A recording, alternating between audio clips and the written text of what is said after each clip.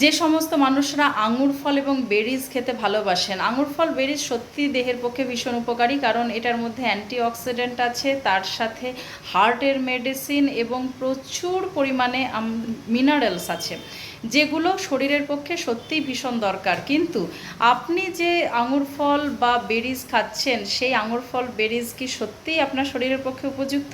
কেন?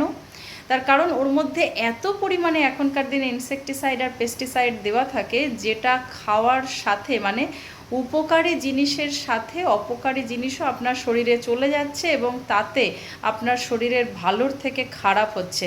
তাহলে প্রথম ইনসেকটিসাইড পেস্টিসাইড মুক্ত জিনিস খেতে হবে।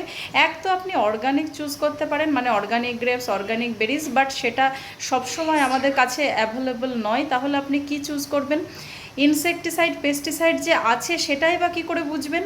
আঙুর ফল নিলে একটু জল ঢেলে দেখবেন যে আঙুর ফলের গায়ে কোনো রকম জল দাঁড়াচ্ছে না, তার সাথে একটা হোয়াইট হালকা, মানে বিশেষ করে রেড আঙুর যদি কেনেন না, হালকা কোটিং একটা বোঝাই যায় এবং হাত দিলে একটু মোম মোম টাইপের হয়, হাতে একটা ফিলিংস হয়। সেগুলোকে মুক্ত কিভাবে করবেন? আগেকার দিনে যে আঙুর ফলটা খেতেন তার আশেপাশে দেখতেন মাছি বা পোকামাকড় ঘুরে বেড়াতো, কিন্তু এখনকার দিনে ওসব কিছু দেখতেই পাবেন না, মানে দূরে দূরেও কোনো মাছি আপনি দেখতে পাবেন না। তাহলে সেটা প্রথমে আমাদেরকে মুক্ত হতে হবে। কি করে মুক্ত হবেন? Baking soda.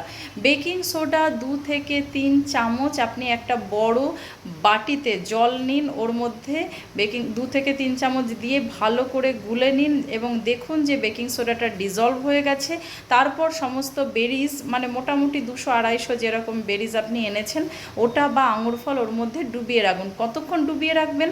20 মিনিট ধরে, ঘড়ি ধরে 20 মিনিট ডুবিয়ে রাখুন, যেটাতে বলা আছে যে 20 মিনিটসের মধ্যে 96% ইনসেকটিসাইড এবং পেস্টিসাইড মুক্ত হয়। পুরো নয়, 100% নয়, তবুও 96% আপনি মুক্তও যদি খান, সেক্ষেত্রে আপনি অবশ্যই আগেকার এবং পরের দুটোর মধ্যে অনেক পার্থক্যই বুঝতে পারবেন। তাহলে চলুন আমরা 20 মিনিটসের চ্যালেঞ্জ নিই, আর সেই সাথে ভিডিওটা শেয়ার করুন, কারণ আমরা খাচ্ছি আঙুর ফল ভালো থাকার জন্য, কিন্তু সাথে ইনসেকটিসাইড পেস্টিসাইড কি আমাদের ভালো থাকতে দেবে? কখনোই দেবে না। Thank you.